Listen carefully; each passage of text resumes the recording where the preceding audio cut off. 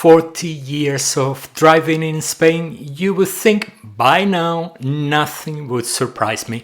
And yet, and I say that as someone who is Spanish, I grew up here, I learned to drive here, and I still sometimes find myself in situations on the road where I have to stop and think about what the rule actually is. So this video is for anyone who is about to drive in Spain for the first time or who has done it before and still isn't quite sure how things work. Not the basics, we are not going to tell you to drive on the right or wear a seatbelt. What we are going to do is walk you through the things that actually catch people out. The quirks, the unwritten rules, the moments where Spain is just different. And trust me, coming from a Spaniard with 4 decades on these roads, that's saying something. Hola, ¿qué tal? Welcome to a channel made by 2 humans who live here in Spain. If you are new to the channel, here we want to help you have the perfect trip to Spain and Portugal with the help of our self-guided walking tours. One quick note before we start. Yes, we know that some of what you are about to hear isn't unique to Spain, but roundabout manners exist everywhere. Bump parking exists in many places, but the specific combination, the intensity and the local flavor of it all, that's what we are going to talk about. So, in no particular order, let's get started with our tips on driving in Spain. We begin with roundabouts, in Spanish, rotondas. And nothing else on this list will require your full attention quite as fast. Spain rolled out roundabouts heavily from the late 1970s onward, and the culture around them hasn't fully settled. The rule is clear enough. Traffic already on the roundabout has priority and you should exit from the outer lane. The big surprise, drivers routinely exit from the inner lane, cutting across outer lane traffic without warning. Expect this, especially in the big cities where it can feel like a free-for-all. And I say that as someone who has driven here all my life. Roundabout time is that moment of the day where I double or triple my attention because it is never ever wanting for surprises.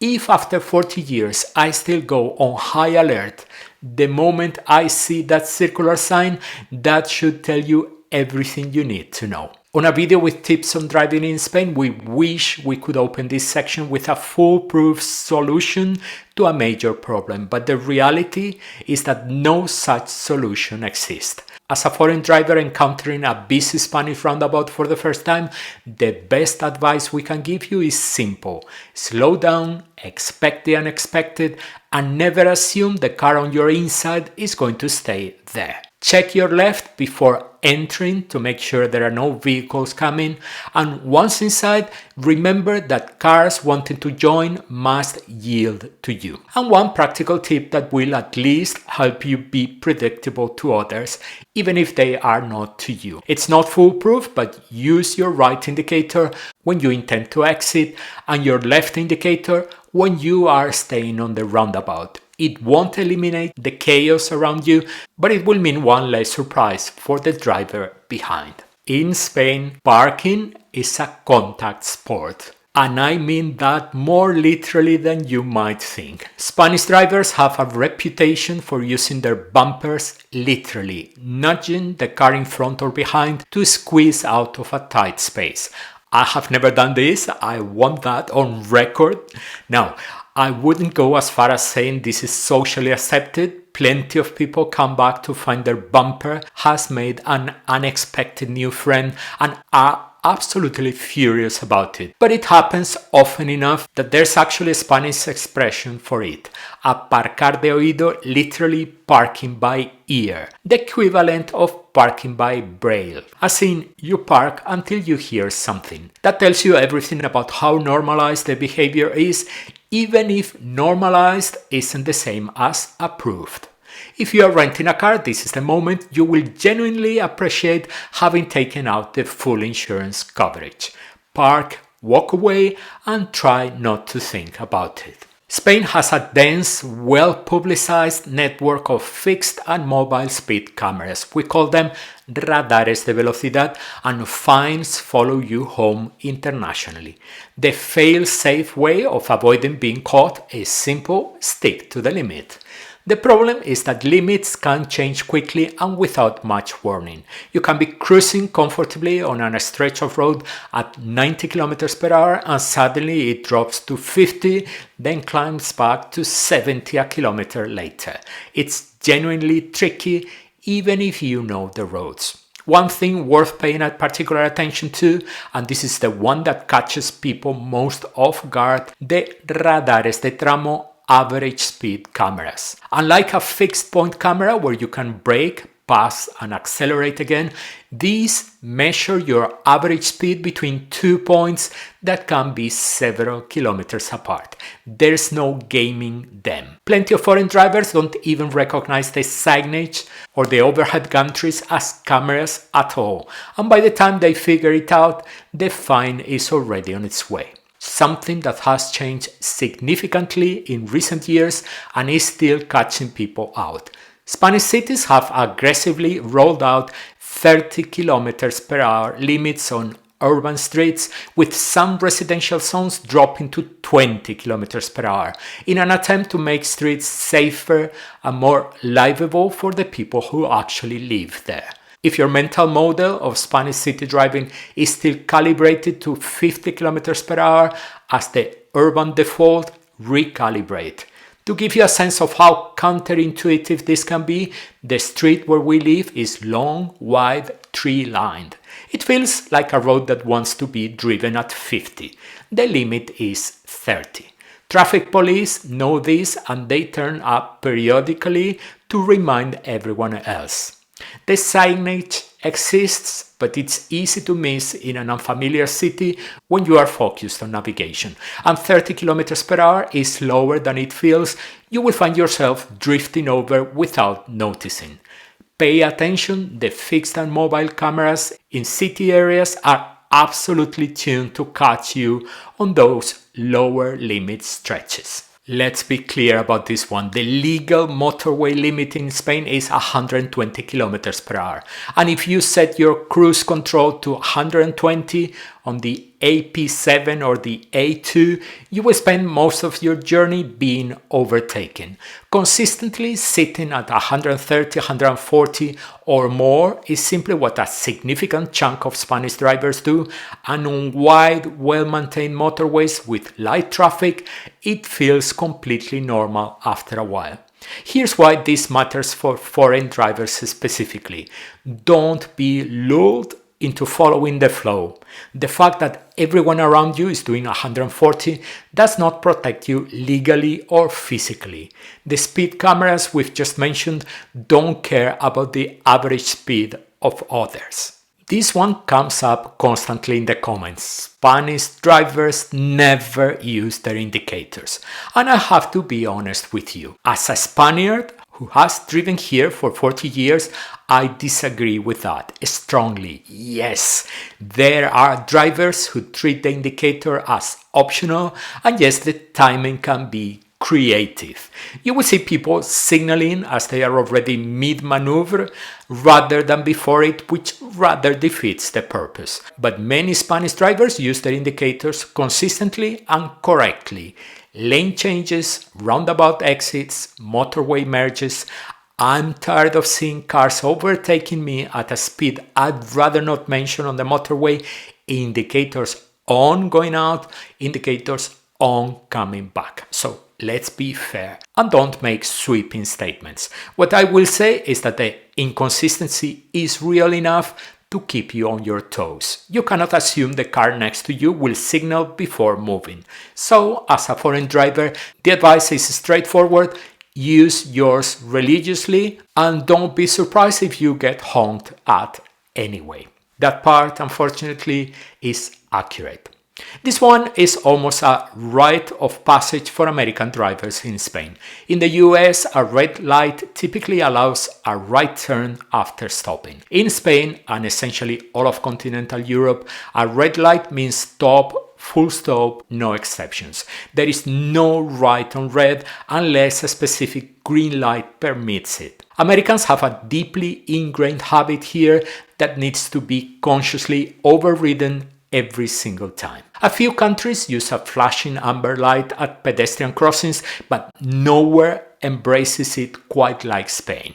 It is everywhere here, and it remains one of the most misunderstood signals on Spanish roads, even among locals. The rule: if you see a flashing amber at a pedestrian crossing, you may proceed, but only if no pedestrian is on or about to enter the crossing. The moment someone steps off the curb, they have full priority and you stop. Simple in theory, consistently confusing in practice. It creates two opposite problems for foreign drivers. Most Europeans and Americans treat it like a red and stop completely, causing confusion and sometimes an impatient chorus of horns behind them. Others do the opposite, see the amber, assume it's a permissive signal, and roll through without properly checking for pedestrians, which is genuinely dangerous. Safety organizations have been pushing to eliminate it for years, precisely because it sends contradictory messages to drivers and pedestrians simultaneously. So, if you've ever stood at one of these crossings, on foot or behind the wheel, and thought, I have absolutely no idea what I'm supposed to do here, you are in very good company. Cycling is incredibly popular in Spain, and you will find both amateur and professional cyclists all throughout the country. Whether on a flat plain or a mountain road, you are sure to encounter a cycling enthusiast, sometimes dozens of them. Spain takes cyclist protection seriously and has been tightening the rules accordingly, so it's worth knowing what the law expects of you when you do. The law requires a minimum 1.5 meters of lateral space when overtaking a cyclist, and you must also reduce your speed by at least 20 kilometers per hour below the road speed limit while doing so. So on a 90 kilometers per hour road, you must drop to 70. For most foreigners, the space rule alone is already stricter than what they are used to. The speed reduction on top of that is a genuine surprise. There's also a quirk worth mentioning. You are allowed to cross a solid white line to overtake a cyclist if conditions are safe. That feels illegal to most drivers, but in Spain it's explicitly permitted for this purpose. New rules also give cyclists the right to ride two abreast and even occupy the center of a lane in urban areas, with cars required to keep 5 meters behind. If you are not expecting it, it can feel counterintuitive, but that's precisely the point. The law puts the cyclist first, and your job is to adjust. In most of Spain, drivers are above average when it comes to respecting pedestrian crossings. It's culturally ingrained, and the fines for failing to yield are steep. Most of the time, you step to the curb and cars stop without you even having to commit fully to the crossing. That said, it's worth tempering that reassurance slightly. Unlike countries where pedestrian crossings are treated as almost sacred, where vehicles slow down and stop well before you even set foot on the road, in Spain you will often find drivers stopping at the very last moment. Technically legal, but not exactly comfortable. It keeps the pedestrian permanently on alert. Don't be that driver. For you pedestrian, the golden rule still applies. Make eye contact before you step out. The majority of drivers will stop, but there is always that one person in a hurry, distracted, or simply not paying attention. Treat the legal right-of-way as a strong probability, not a physical force field. In Spain, double parking, aparcar en doble fila, we call it, is technically illegal but socially tolerated to a degree that baffles most visitors. In any busy urban street, it's completely normal to see a row of legally parked parked cars, and then an entire second row of cars parked alongside them, blocking them in completely. People pop their hazard lights on as if that transforms an illegal act into a socially acceptable one, and somehow, mostly, it works. The unwritten rule foreigners need to understand: if you are legally parked and someone double parks you in, you are expected to beep. Not aggressively, just once or twice. The double parker will typically appear within a minute or two and move. Stop doesn't mean safe. Spain bans all handheld phone use at the wheel, and that includes when you are stationary at a red light or sitting in a traffic jam. The surprise is always the stationary part. Many drivers assume that if the car isn't moving, it doesn't count. It does completely. Hands-free is permitted, but picking up your phone to check the map while waiting at a junction is still illegal. As for using your phone as a GPS while driving, it is allowed, but only if the phone is mounted in a holder and you are not touching it while the car is in motion. If you need to type in a new destination, you pull over first. A phone in your hand, even with Google Maps open, is still a handheld phone. Now, will you see people doing it? Constantly. Spain roads are no different from anywhere else in the world. Plenty of drivers have their phone in their hands, scrolling, messaging, apparently unconcerned about the safety of everyone around them. It's frustrating, it's dangerous, and frankly, it's one of those things that hasn't changed as much as it should despite the legislation. But here's the thing: if you get caught, you will be fined, and it's not a small one. Ignorance of the rule or the fact that the car next to you is doing the same thing is not a defense that will get you very far with the traffic police. For European visitors, the European Union parking card is mutually recognized across Spain. Straightforward. UK Blue badge holders will be pleased to know their badge is now also recognized following a bilateral agreement. That said, recognition is administered at local and regional level, and conditions change significantly. What's free and unlimited in one city may have a time cap in another or require additional documentation. The practical rule is simple: always check local signage, and if in doubt, carry a copy of the official guidance with you. Spain legally requires you to switch on your headlights inside every tunnel, even fully lit ones. This trips up foreigners because in many countries you'd only bother if the tunnel was dark. In Spain it doesn't matter: lit, short, long, dark, urban underpass, lights on. It's one of those rules that feels unnecessary until you realize it's about visibility to others, not just your own sight line. The traffic police does enforce it, and we say that from personal experience. We have seen drivers pulled over for exactly this. It takes about 2 seconds to switch your lights on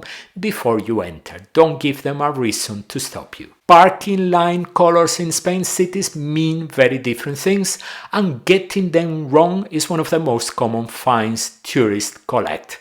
The broad rule is white lines, usually free, but always check nearby signage. Blue lines, metered parking, open to anyone who pays at the machine. Check the time limits, which change from zone and time of the day. Orange and green lines, generally reserved for residents with a permit or loading and unloading. Beyond that, the specifics change by city and sometimes by street, so don't assume. Whatever color you are looking at, always find the nearest road sign or parking meter and read it carefully. Local authorities in Spain take parking enforcement seriously, and I didn't understand the lines is not a defense that tends to go down well. A minute of checking can save you a lot of trouble. Still on the subject of parking, and this one is less about fines and more about protecting yourself. Theft from cars has been a persistent problem in Spain for decades, and tourists are disproportionately targeted. 2 rules that will significantly reduce your risk. First, never ever leave valuables inside. Not on the seat, not on the dashboard, not in the door pocket. Nothing. If a thief can see it through the window, it is an invitation. And second, if you are traveling with a full boot, be careful about opening it after you park. You may not realize who is watching. If possible, park reversing against a wall. It's a simple habit that removes access to the boot entirely. And here's the part that catches people off guard. Paid car parks are not the safe haven you might assume. Enclosed, staffed, with a barrier at the entrance, it feels secure. But in reality, car parks are among the preferred hunting grounds for this kind of theft. The same rules apply inside as outside, perhaps more so. Stay alert, leave nothing visible, and don't let the illusion of a controlled environment lower your guard.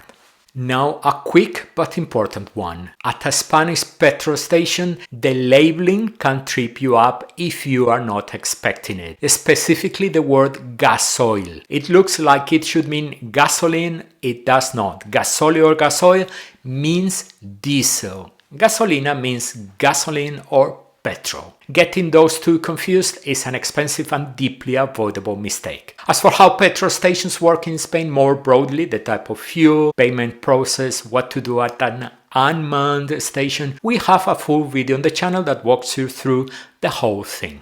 Link in the first comment below this video. Spain doesn't have a single traffic police force, it has several, each with their own patch and their own authority. Knowing who is who can save you confusion if you are ever pulled over. There are essentially three actors you should be familiar with. Guardia Civil de Tráfico is the traffic division of the national force, recognizable by their green uniforms. They patrol roads, motorways and highways outside city limits and handle serious infractions. One important observation, in regions with their own autonomous police force, most notably the Mossos d'Esquadra in Catalonia and the Ertzaintza in the Basque Country, those forces take on the Guardia Civil's traffic role. Same authority, different uniform. Policía Local, also called in some cities Policía Municipal, the municipal police, operate strictly within city and town limits. They handle urban traffic violations and can find you on the spot, and are the ones you will most likely encounter at city checkpoints. Parking attendants, these are not police at all. They are municipal employees or contracted agents managing metered zones. They cannot find you for moving violations, but they will ticket your windscreen with surgical efficiency, often within minutes of your meter expiring. One final note worth adding: the Policía Nacional, Spain's nationwide civilian police force, the ones you will see in many different places. They do not routinely enforce traffic offenses. That said, if you are stopped at a Policía Nacional checkpoint and your documents raise a flag, or if one of their vehicles witnesses you running a red light, you can absolutely expect action to be taken. They are not traffic police, but they are still police. Spain has an extensive toll road network, the autopistas de peaje, and it's one of those things that can genuinely catch you off guard if you haven't planned ahead. Not all motorways are tolled, but some are, and the cost can add up fast on a long journey. Here's the practical bit. Many toll booths have lanes that accept cash and cards, but an increasing number are moving to electronic payment only. The good news is that the lanes are usually clearly signed. Cash and card lanes are well identified. So if you approach slowly and read the signs before you commit to a lane, you won't go wrong. What it catches people out is arriving at speed without paying attention. Take it steady as you approach, pick your lane early, and you will be fine. Taking the wrong one is a stressful experience, especially with a queue behind you. This one gets a laugh, but it's worth taking seriously. There is no specific law in Spain that explicitly bans driving barefoot or in flip-flops. Companions, as you may have noticed, can do as they please, but Spanish road law does require drivers to maintain full control of their vehicle at all times, and a traffic officer who judges that your footwear is compromising that control can fine you on the spot. It's discretionary, which in some ways makes it harder to argue against. In practice, the safety point is real regardless of the legal technicality. Flip-flops can catch under the brake pedal in a way that in an emergency stop you really do not want to find out about. Barefoot isn't much better.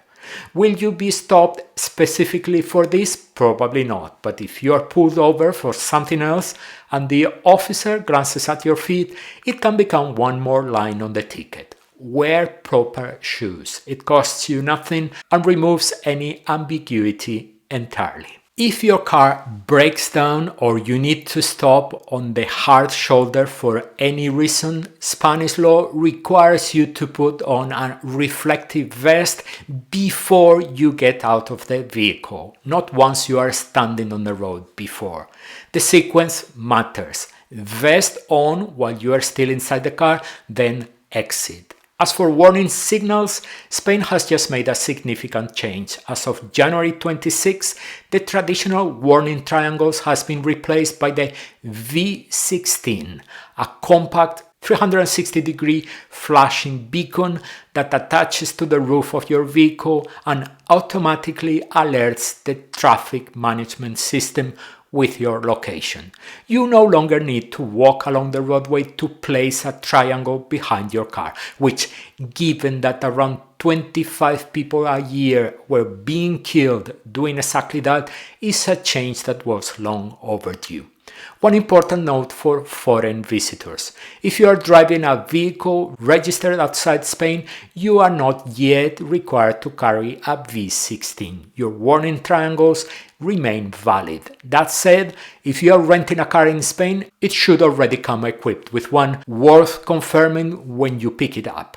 And while you are checking that, make sure you know where the vest is hidden in case you need to use it. We keep ours in the pocket on the driver's door, so it's always handy. All major cities in Spain now have restricted driving zones known in Spanish as Zonas de Bajas Emisiones or ZBE. They are an European Union mandate and every city has implemented them differently, both in terms of geographical coverage and how strictly they are enforced. The trap for tourists is a simple one. You drive into the city center, explore, park, have a wonderful time, and 3 weeks after you get home, a fine arrives in the post. We cannot give you a definitive breakdown here because every city's zones are different. The boundaries, the exemptions, the enforcement hours, all of it changes. What we can tell you is this. If you are planning to visit any major Spanish city, and especially if you are staying in or near the center, research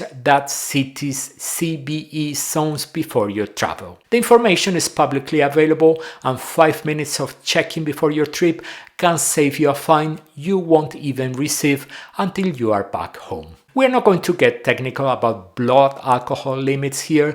The bottom line is straightforward. Don't drink and drive.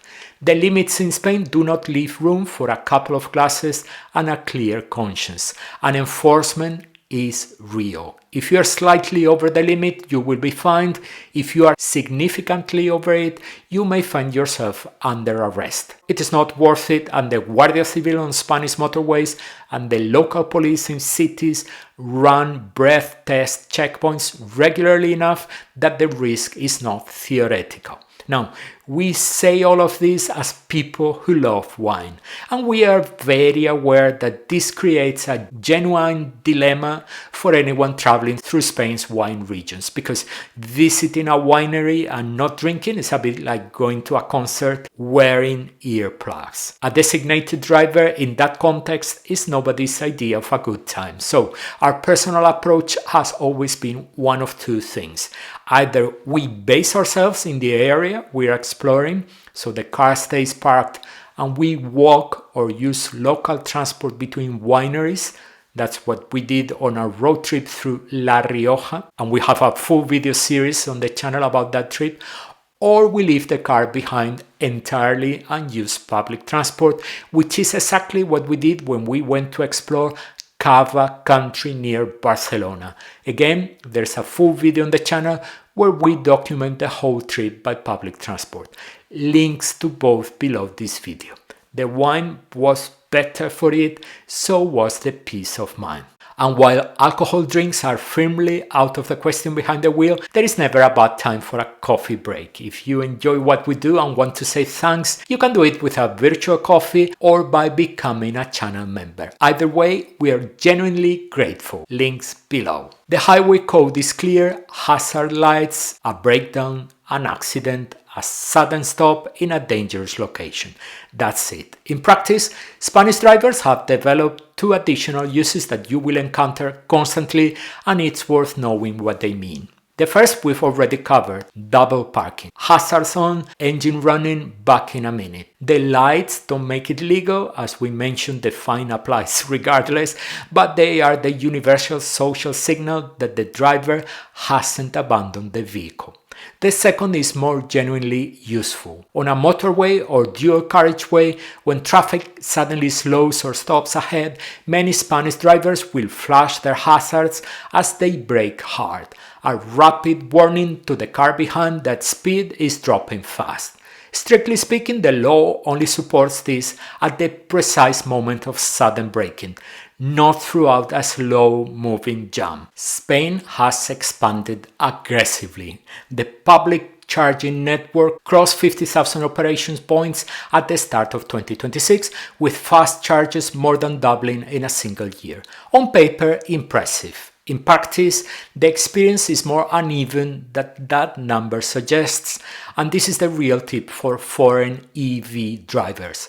There is no unified network. Unlike some countries with one dominant operator, Spain has a patchwork of providers, each requiring their own app or card.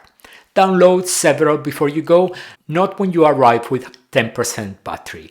Highway coverage is improving but patchy, especially on non-major corridors. Fast charger availability is still thin.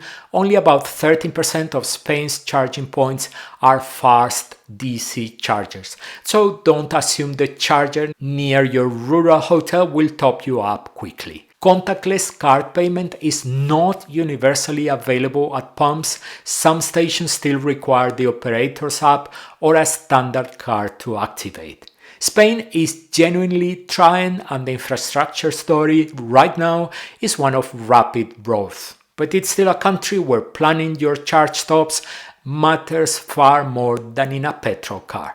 Don't wing it in the way you might back home. If you're driving in any of Spain's major cities, Madrid, Barcelona, Seville, Valencia, Zaragoza, you are sharing the road with a very large number of two-wheelers, and they operate by a different set of instincts. Delivery scooters, mopeds, electric motorcycles, they filter between lanes, appear in your blind spot without warning, and treat a gap in traffic as an invitation rather than a risk. This is not unique to Spain, but the density of it is striking, and it has grown significantly in recent years with the explosion of food and parcel delivery services. At any given moment in a Spanish city center, a significant proportion of the two-wheelers around you are working against a clock, which does not always encourage patience or predictability. The practical advice is simple but requires conscious effort.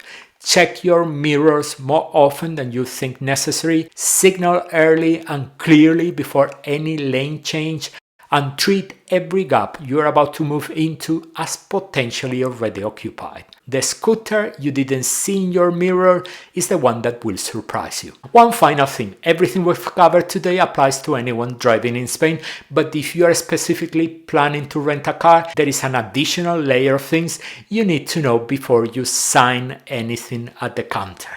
Insurance options, fuel policies, the fine print on damage, what to check before you drive off the lot, how to handle it if something goes wrong. It is a topic that deserves its own video, and we've made one. All the most important tips for renting a car in Spain and in Portugal are on the channel, link below. So 40 years of driving in Spain and still learning. That's the honest truth, and hopefully this video means your learning curve is a little shorter than mine was. Take it steady out there, use your indicators, and whatever you do, get the full insurance. On the screen you will see the list of road trips we have prepared for you, exciting road adventures for your next trip to Spain.